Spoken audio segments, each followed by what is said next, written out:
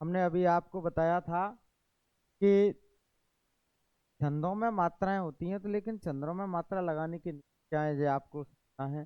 छंदों में मात्रा कैसे लगाते हैं, तो इसका नियम नंबर 1 है कि संयुक्त व्यंजन से पहले गुरु, ये गुरु मात्रा का साइन है, मात्रा लगाते हैं। जैसे सत्य और परय, ये सत्य है तो ये त य में मिला हुआ है, तो ये क्या है, आपका संयुक्त व्यंजन है।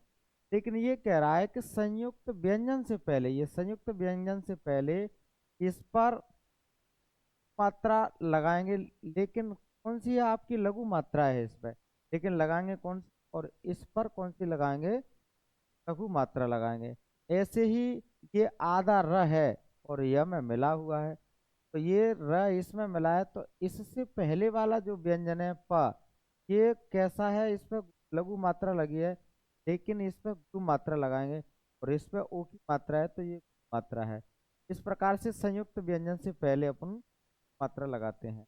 अब नियम नंबर 2 में आता है आपका कि संयुक्त व्यंजन छ, त्र, ज्ञ और स्र की गुरु मात्रा लगाते हैं। जैसे आपका आ गया क्षमा, ये क्षमा आ गया, तो छ में कैसा है, ये मात्रा तो इस पर लघु लगी हुई है, लेकिन ये संयुक्त व्यंजन माना जाता है। क्यों माना जाता है संयुक्त, क्योंकि छ आप जानते हैं किससे बनता है, के एस एच से बनता है।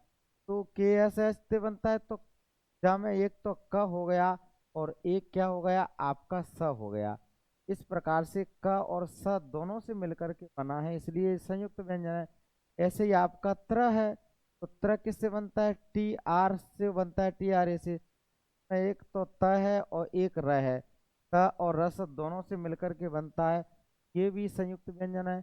अब आपका ज्ञ है, मान के चलिए, तो जी कैसे बनता है, जी बाई ए से, तो इसमें क्या है, एक ग है और एक य है, ये दोनों से मिलकर बना है, इसलिए इसको क्या कहते हैं अपन, आप इनको संयुक्त व्यंजन कहते हैं।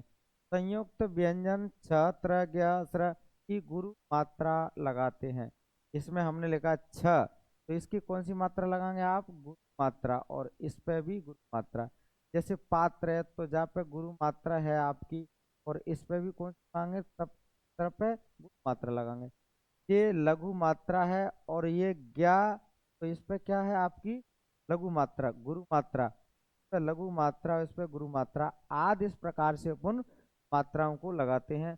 और जब हम आपको ये कराएंगे, अभी इस वीडियो में हमने आपको केवल चौपाई छंद के विषय में बताया है, उसमें ही आपको मात्राएं लगाई हुई हैं। अब आपका है कि मात्रिक छंद कितने प्रकार के होते हैं, परिभाषित कीजिए। अब इनकी परिभाषा हमने अभी आपको पढ़ाया था, तो इनकी परिभाषा नहीं दी थी, ये तो बता दिया कि ये 3 प्रकार की होती हैं, सममात्रक, अर्ध सममात्रक, विषम मात्रक।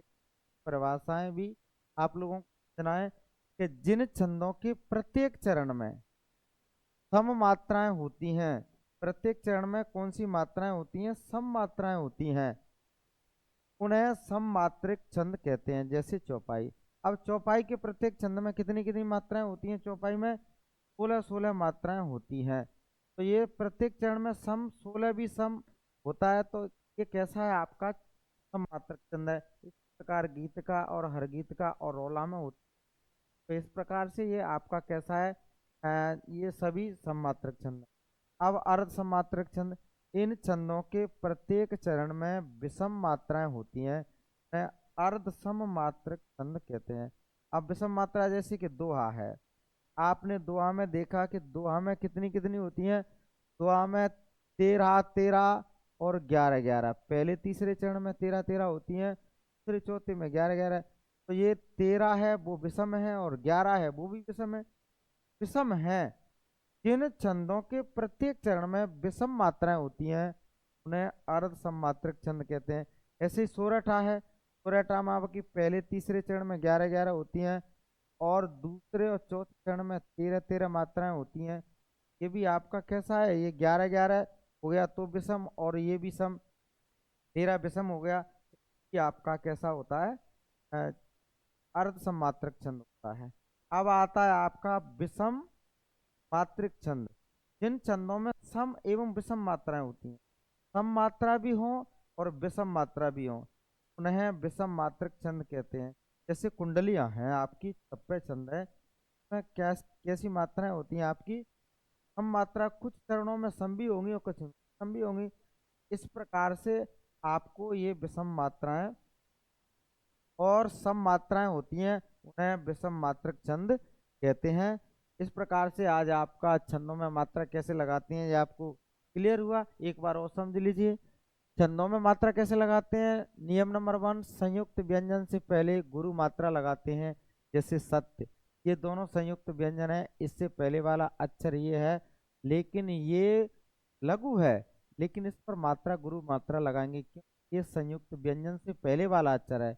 और ये पर, ये आदि, ये र लगा हुआ है तो मतलब ये आधा र है, क्योंकि कोई भी अक्षर होता है जैसे क है आपका, तो ये इसके अंदर के ए से बनता है, यानी क्या लगा हुआ है आपका, अ साथ में है, तो इसको अगर आप करेंगे तो ये क और ये आपका अ, तो ये इसमें से अगर ये हलंत लगाए तो इसका मतलब इसमें से स्वर निकल गया। स्वर जिससे निकल जाता है तो वो आधा अक्षर हो जाता है।